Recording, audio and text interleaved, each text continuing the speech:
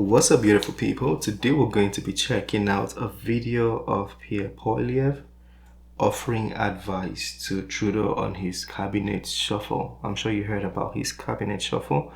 But yeah, Pierre has a few words for him. Let's hear what he has to say. Thunder Bay.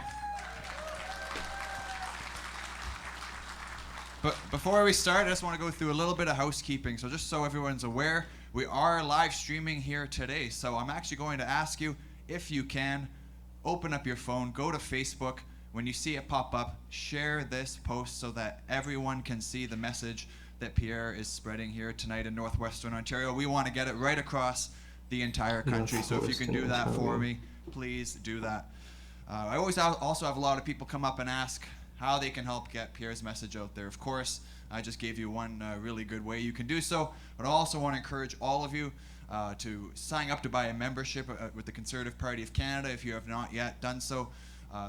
If you're interested in volunteering, please visit conservative.ca as well to look for opportunities there. And of course, donations. None of this is possible without the support of our generous donors. So any amount helps.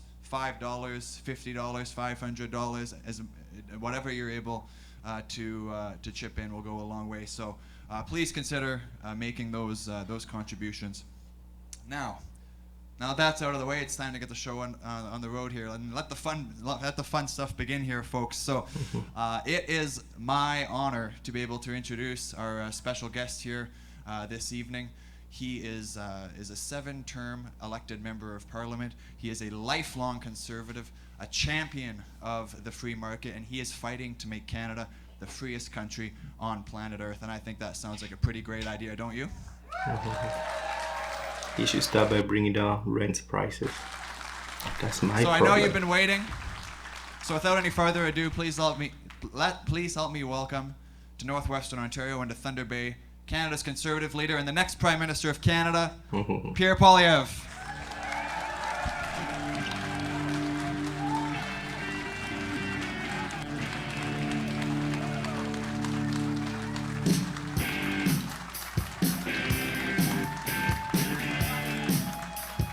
Thunder Bay Pierre. Thank you very much, Thunder Bay. Who's ready to axe the carbon tax? Who's ready to keep your hunting rifles? Who's ready to make common sense common again? There you go. Wow, it's great to be here. I apologize for our late arrival. I was with our incredible Member of Parliament for Kenora, the great Eric Malillo. And when I arrived there today, he said, "Pierre, you've got to come and meet our seniors." I said, "Eric, they're not going to want to visit with a politician from Ottawa." He said, "No, you're going to be a big star." So I showed up at the seniors' home and I walked up to a lady there and I said, "Do you know who I am?" She said, "No, but if you ask the nurse, she'll tell you who you are." So it's great to be humbled, isn't it? The people will do that to you once in a while, won't they? Speaking of humbled, don't we need some humility out of this Trudeau government in Ottawa? I guess they've got a cabinet shuffle coming. What do you think? Who do you think should be shuffled? All of them. Well, why don't we go through the list, okay? Because I know that Justin Trudeau is watching us all right now, and he'll be very interested in our last-minute advice to help make that decision. So, yes, deck chairs on the Titanic. That's a good way of putting it. But, you know, we're trying to be helpful, aren't we? Or we're trying to be a helpful opposition. So let's go down the list. Let's start with the lady who's given us the carbon tax. Carbon tax 1, carbon tax 2, and then charging the HST on the carbon tax for a full planned tax of 61 cents a liter. Can you imagine the people of Thunder Bay having to pay 61 cents a liter on their gas and diesel, and much more on their home heating, countless other costs on local industries, and of course when you tax the farmers who grow the food and the truckers who ship the food, then you tax all who buy the food. And what do you know? The two Liberals for the Thunder Bay area are voting to raise the tax on the local residents in this community. So we're talking, of course, about Chrystia Freeland. the Minister of Finance. She is... They said, boo. She not only brought us the carbon tax, but she admitted, she said something, she accidentally told the truth. She said, deficit spending pours fuel on the inflationary fire. And then, what do you know? 2 weeks later, she announced another $60 billion of inflationary fuel on the fire. And what do you know? Interest rates have shot up ever since. Mortgage payments are rising and people fear losing their homes. It's a pretty simple concept. When you create cash faster than you create the stuff cash buys, you get higher prices. Can anybody lend me a loonie? You got a loonie? No, everyone's broke. Everyone's broke. And the 61 cent a liter carbon tax has not even kicked in yet. Oh, what do you know? We've got one generous soul. I promise I'll pay you back. I'm not a liberal. That's right. Had to do that, yeah. Though by the time I give you this back, it'll be worth less than when you gave it to me. But this is a little instruction on inflation. I'm going to tell you about the Emperor Dionysius from the then Greek island of Sicily, way back when the Greeks controlled it. He loved to spend money, more money than he had, and he kept running out. Does that remind you of anyone? And he had inherited the throne from his father. Does that remind you of anybody? Yeah. Anyway, so he came up with this really creative idea. He took each one of the coins. They were called drachmas. Each coin was 1 drachma. But he ran out of them. So what he did is he taxed them in, and he put a 2 everywhere there was a 1. So instead of each coin being worth 1 drachma, it was worth 2. And all of a sudden, he gave people back half the number of coins they had given him, but it was the same number of drachmas. Everybody's purchasing power dropped by half. There was twice the money, but half the coins. I worry, telling this story, that Justin Trudeau might get some ideas. Turn loonies to toonies and toonies to fours, right? But anything to be creative. But the answer is that whenever emperors, kings, queens, prime ministers, and presidents create more cash without creating what cash buys, they cause inflation. And that's why we have the highest inflation. We have had the highest inflation in 40 years that has now led to an increase in interest rates to the highest level in 2 decades. Something Trudeau promised would never have happened. And that debt gets bigger. He's doubled the national debt. Look at these beautiful children. They're going to inherit a debt which Justin Trudeau has doubled with the help of his finance minister, Chrystia Freeland. So I'm going to do what Chrystia Freeland has not done, which is to pay you your money back. But I'm also going to suggest that in the cabinet shuffle, Chrystia Freeland needs to be shuffled out. What do you think? You agree? Okay. So with the shuffle, are they moving people around or moving people out? Not to mention that she's raised income tax and made work more punishing rather than more valuable. And not only that, then there's the cost of housing, which has doubled under Justin Trudeau. Minister Ahmed Hussein has spent billions of dollars on so-called affordable housing, only to watch rent, mortgage payments, and down payments double, and double. In many border towns, the cost of a Canadian home is twice as expensive as an American home just 15 minutes south of the border. Vancouver and Toronto are the 3rd and 10th most expensive markets in the entire world, worse than New York City, worse than Los Angeles. That's why we have 35-year-olds now living in their parents' basements, now spilling onto our streets in tent cities. Incredible. You have tent cities here now? Yeah. We never had that before Justin Trudeau. Nope. It's new to him. And we're seeing, we recently saw a story of a nurse forced to live in her van. Oh, I saw that too. I was in Penticton. The local housing board told me that they have middle-class seniors who've been housed and employed their entire lives, law-abiding, decent people, living in their cars because rent went up so much they can't afford it here in Canada. Well, the housing minister Justin Trudeau hired just brags that he's spending more money on housing. It's bad enough that they failed. It's even worse that they fail expensively. So what do you think? Should we shuffle out the Minister of Housing? Absolutely, let's shuffle him out too. At this rate, everybody's gonna get shuffled out. Then we have crime, chaos, drugs, and disorder in our streets. Has that happened here? East Have Hastings, the Liberal Vancouver. MPs for the area done anything to stop the crime? Nothing. You know, it got so bad in Ottawa. There was an attempted robbery the other day. Robber walks up to a guy, says, "Give me all your money." The man said, "Wait a second here. Do you know who I am?" And the robber said, "No." And the man said, "I'm Justin Trudeau." And the man said, "In that case, give me all my money."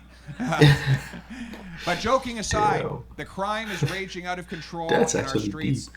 like never before. 32% increase in violent crime as of the year 2021. I suspect it's far worse this year than it was then. A doubling of gang violence. Stray bullet fired from a so-called safe consumption site in in Toronto, recently killed a middle-aged mother. That bullet came from the gun of an offender who had been arrested multiple times for similar violent offenses and had violated 16 different parole orders. Why was he on the street? Because Justin Trudeau's Minister of Justice brought in, or Minister of Injustice, I should say, brought in the catch and release system that allows the same repeat violent offenders out on the street. In Vancouver, the same 40 violent offenders were arrested 6,000 times. 6,000 arrests, 40 offenders, that's 150 arrests. The same people. Why? What kind of policy is that? Like, you arrest people and release them? Why? Are you trying to get them to integrate in the society better? What is the... I don't get it. What's the end goal? Per offender, per year, and Trudeau's catch and release system just lets them out again and again and again to terrorize our communities. So, ladies and gentlemen, what do you say? Don't you think we should fire the Liberal Justice Minister and shuffle him out tomorrow? Yeah. Let's fire him. Goodbye. And then there's Marco Mendicino. Anybody know Marco Mendicino? Marco Mendicino tried to ban your hunting rifle. And guess what? The local Liberal MPs were happy to ban hunters in Thunder Bay. The very people that are the backbone of this community, hardworking, law-abiding, licensed folks, people who have a possession and acquisition license, are the least likely to commit a crime with a gun. Why? Because criminals don't license their guns on the way to robbing a bank, right? They're going to break the law to shoot someone. They're not going to follow the law by licensing themselves. Right. So why are we wasting billions of dollars going after lawful sport shooters and hunting rifles, as Trudeau's Minister Mendicino has done? The mendacious minister who said that the ban didn't apply to hunting rifles. Just like he said there were no Beijing-controlled police stations in Canada. You know, we don't have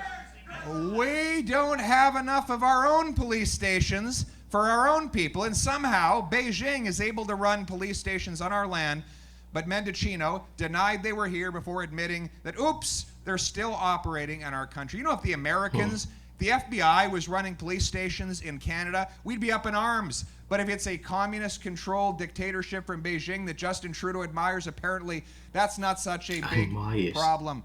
Ladies and gentlemen, do you agree that tomorrow Justin Trudeau should shuffle out Marco Mendicino? What do you think? Shuffle him out.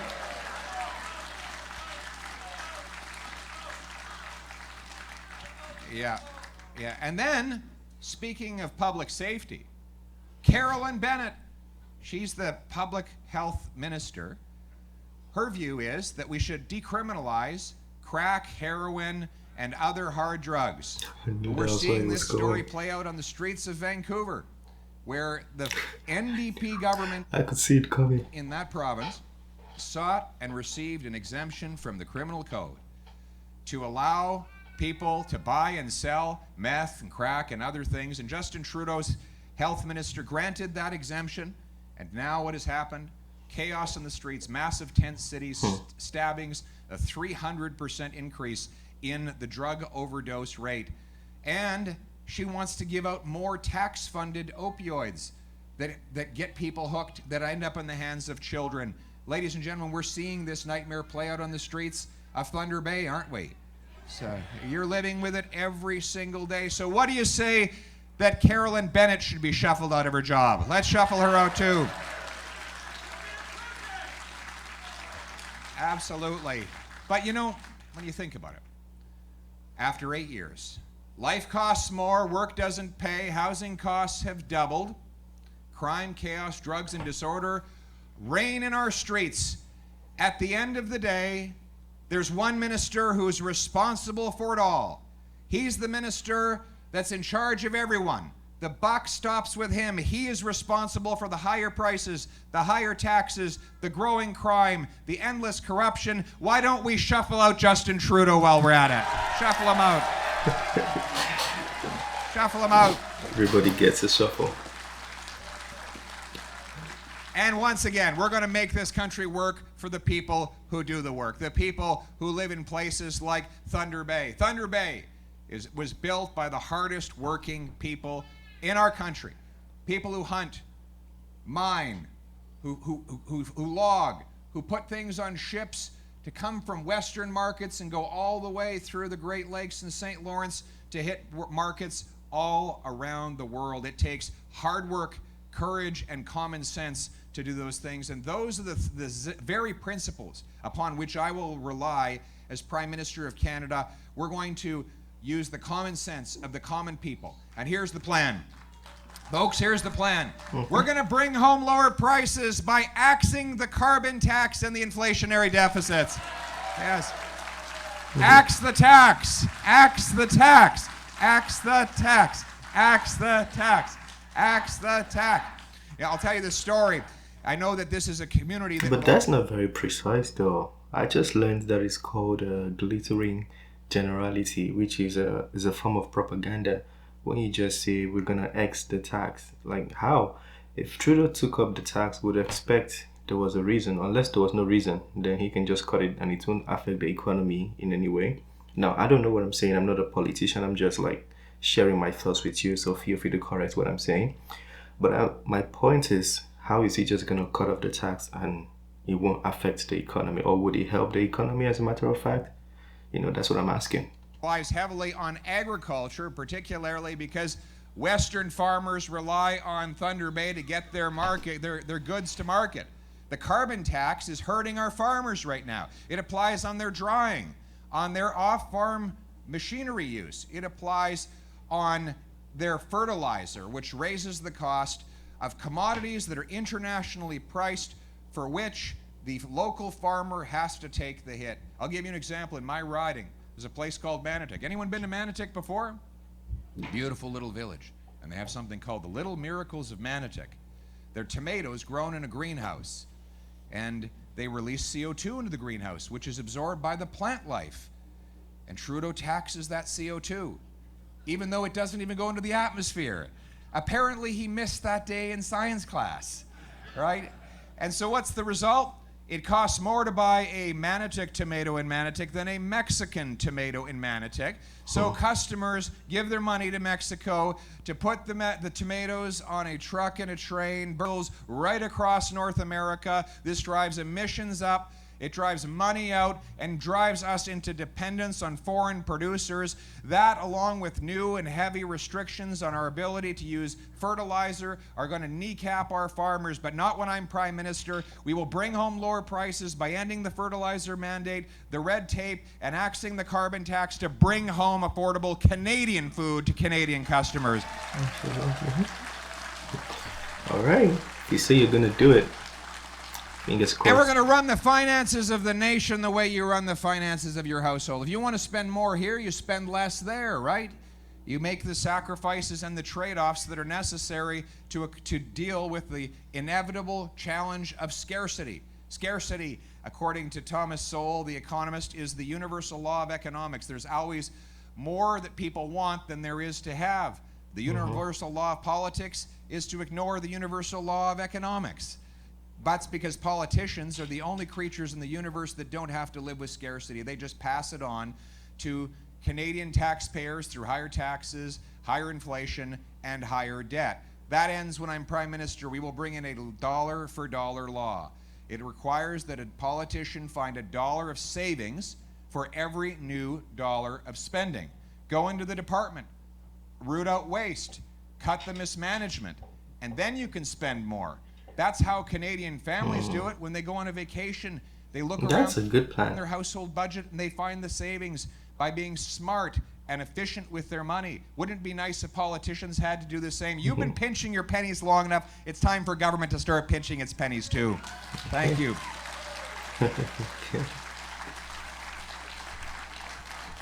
There's obvious waste everywhere you look.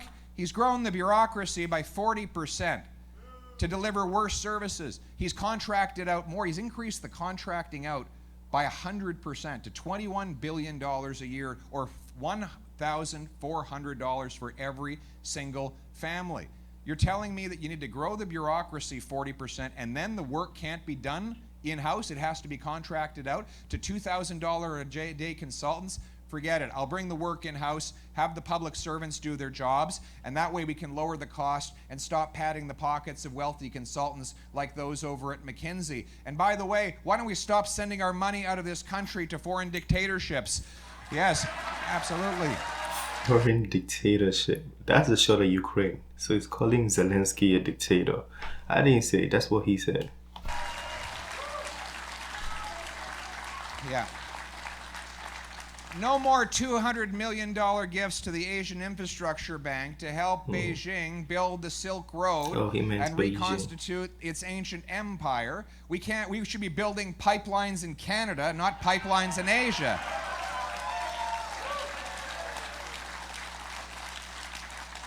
And we're going to bring home powerful paychecks. Hold up that sign over there.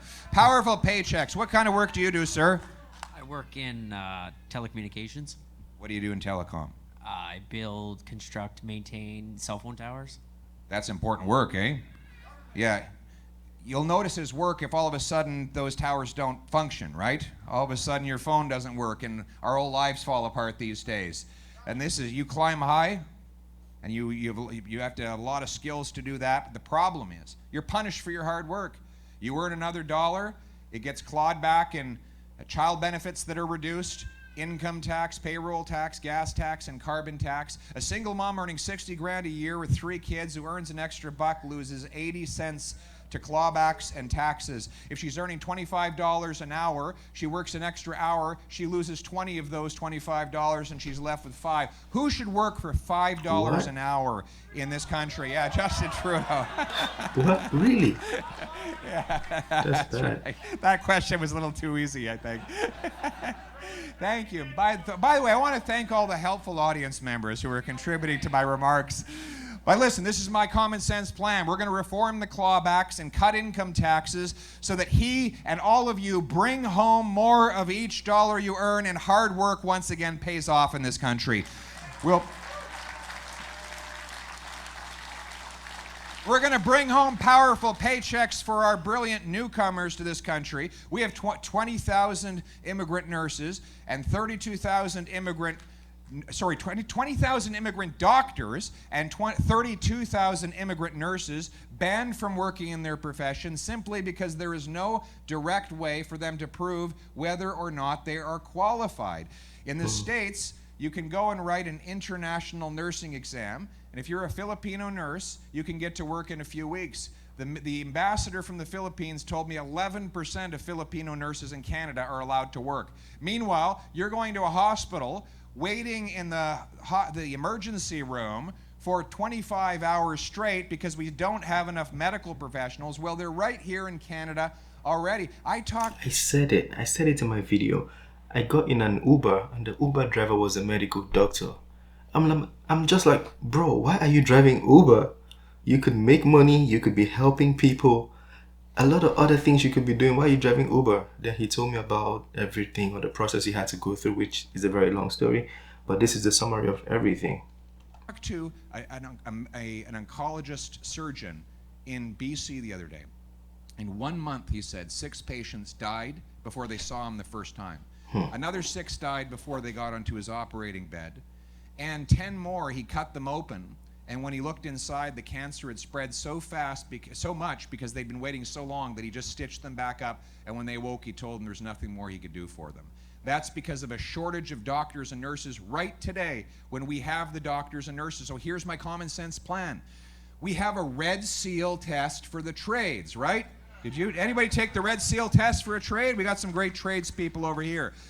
Why don't we have a blue seal test for the professions, allowing our professionals to prove they are qualified, get to work within 60 days, so that we can have more powerful paychecks for our brilliant immigrants and more doctors and nurses and engineers and other professionals to support our economy. And by the way, another simple way to have more doctors and nurses: end all these mandates. End them all now. Get them back to work. End the vaccine mandates. Yeah. And we're going to bring powerful paychecks to our resource sector again. Right now, C-69 prevents us from building pipelines and digging mines and building natural gas liquefaction facilities. In fact, when Trudeau took office, there were 15 natural gas plants proposed. Not a single one has been built, even though we have 1,300 trillion cubic feet of natural gas under our feet, the shortest shipping distances to Asia and Europe. We have the hydroelectricity to liquefy it without any emissions whatsoever, and yet we don't do it because Trudeau will not grant a permit. So those jobs are going to Qatar and the States and to other places where they get the money and we're left behind. In fact, how do you liquefy natural gas? Anybody know? And what do we have in Canada? Cold weather. Very cold weather. In fact, it was so cold in Ottawa last winter, Trudeau was seen with his hands in his own pockets.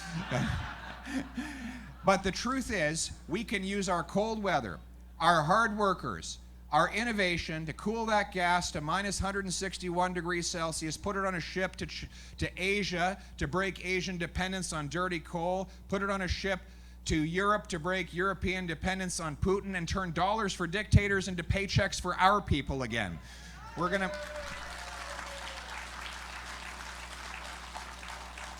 to remove all of the restrictions that are unnecessary so that we can harvest more timber and create more jobs for our forestry sector. We should be able to approve a mine in 18 months rather than in 25 years to unleash the production of the Ring of Fire, right?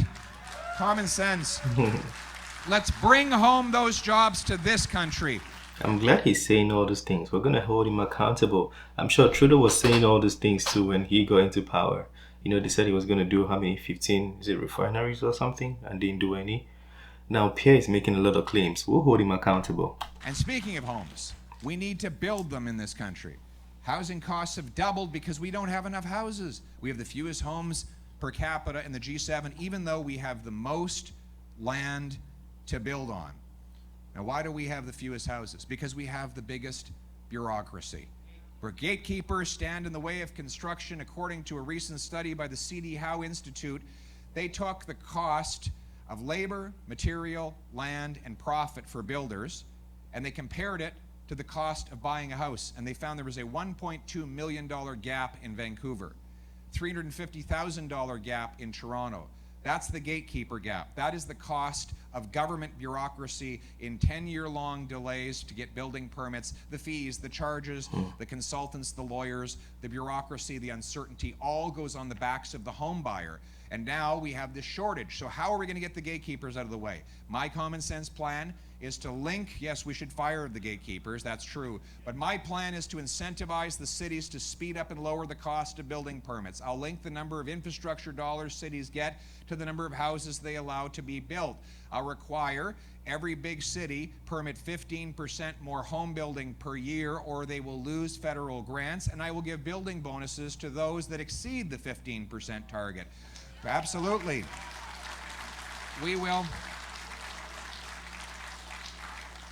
We'll require every federally funded transit station have high-density apartments all around and even on top so that our seniors and youth can live next to the bus or train. And we're going to sell off 6,000 unused federal buildings and thousands of acres of federal land so that our people can build. And you know something that warms my heart? to think of the beautiful family rolling up to move into its wonderful new home in the former headquarters of the CBC.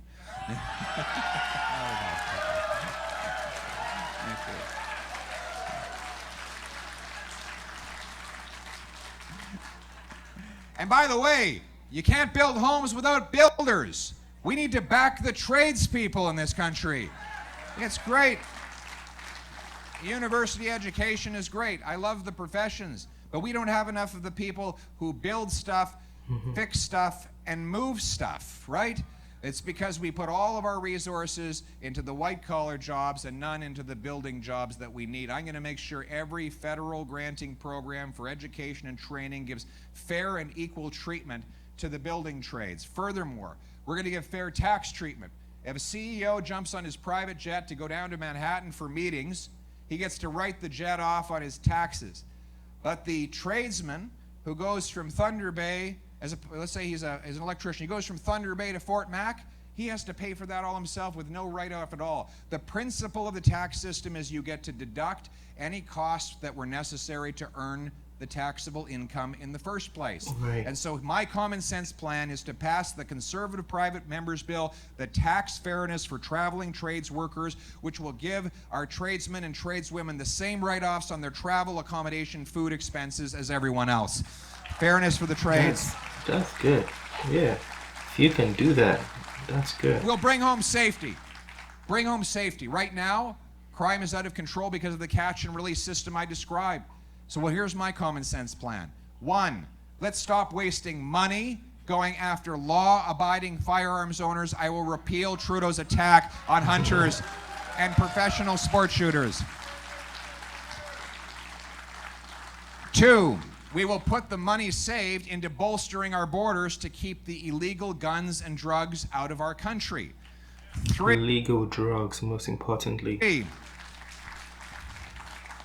3, we're also going to make sure that when they're in prison, they're in the right prison.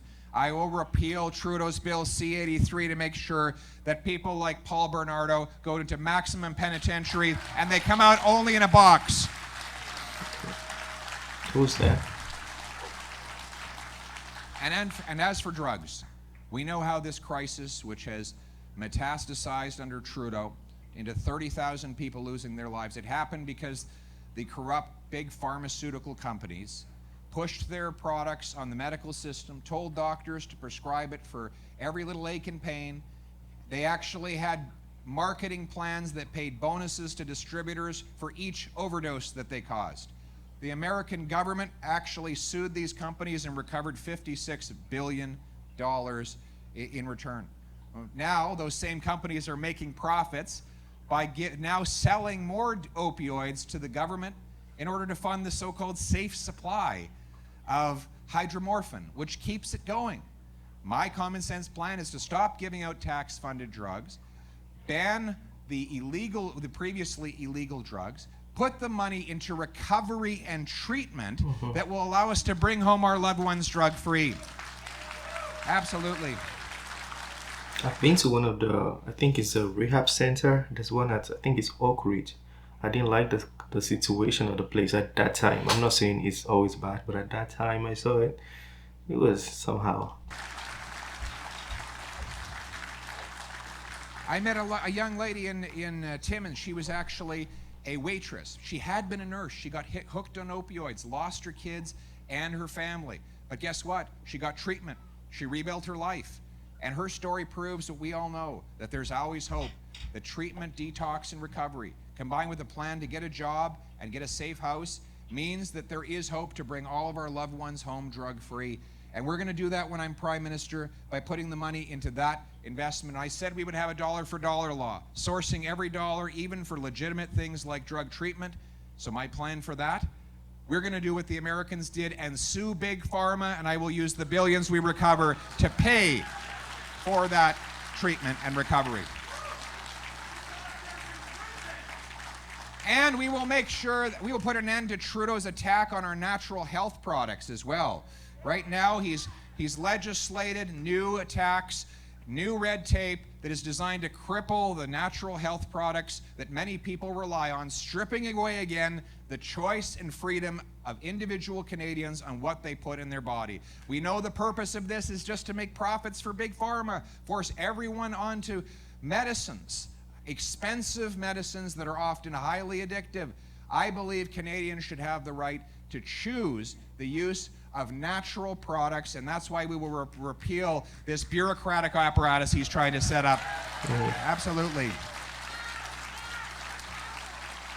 Can he speak on wokeness for a bit? I want to hear that. It's about bringing home our freedom again, isn't it? Who's ready to have our freedom back?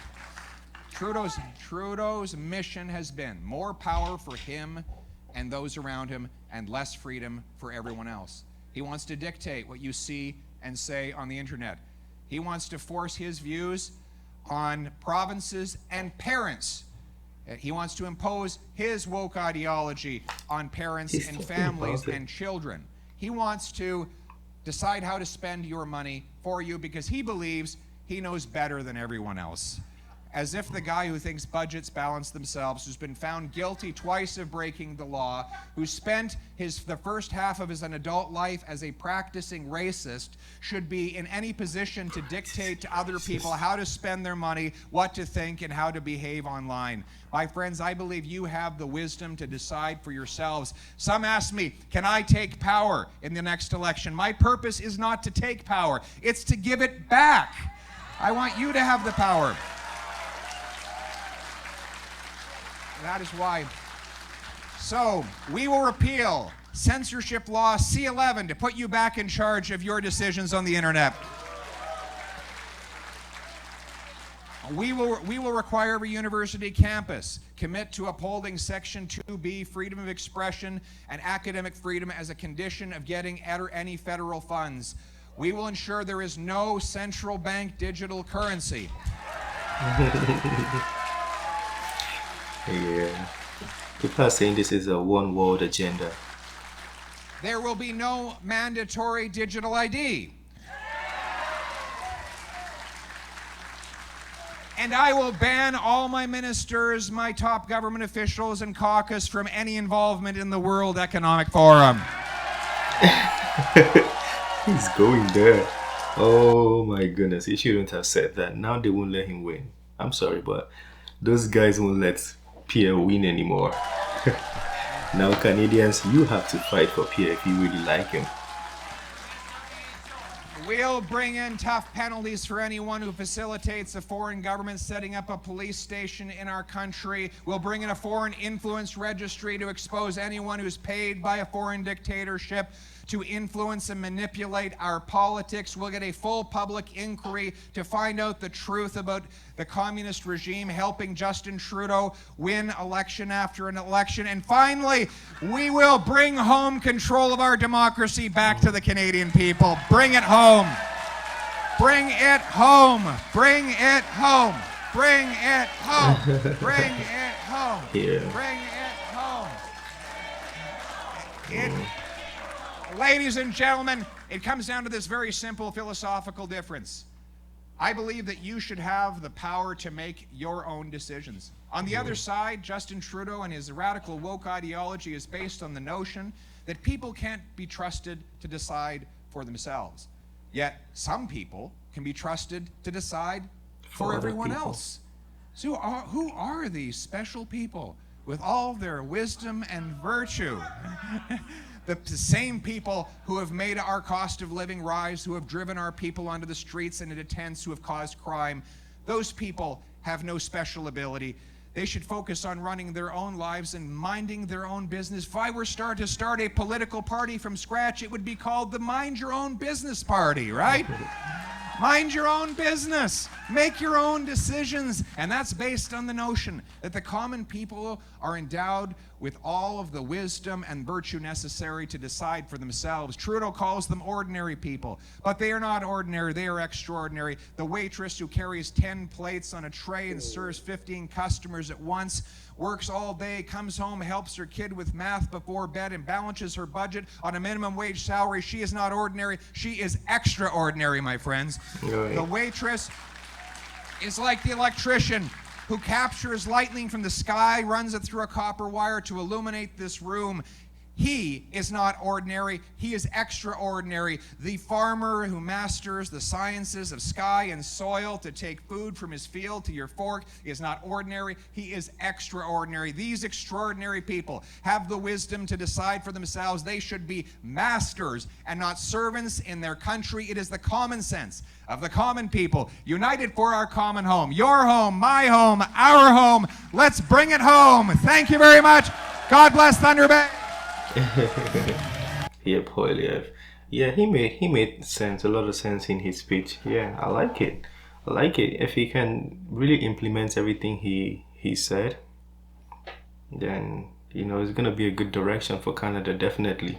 Like I always say, Canada is a very good country, and regardless of what might seem like a deviation from what was normal, it's still a very good country, and you don't want to lose a nation like Canada. Like I've been to some countries and Canada is still like, I feel like the lows of the lows kind of like the highs for those countries.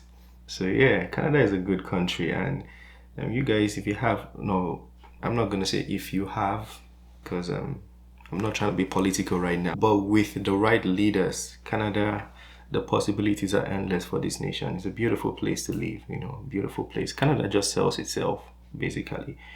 Yeah, let me know what you think about everything he said. And if you are voting for Pierre, talk to me in the comment section. Smash the like button, subscribe, and I'll see you on the next video. Have a wonderful day. Peace. I made this bed on my own.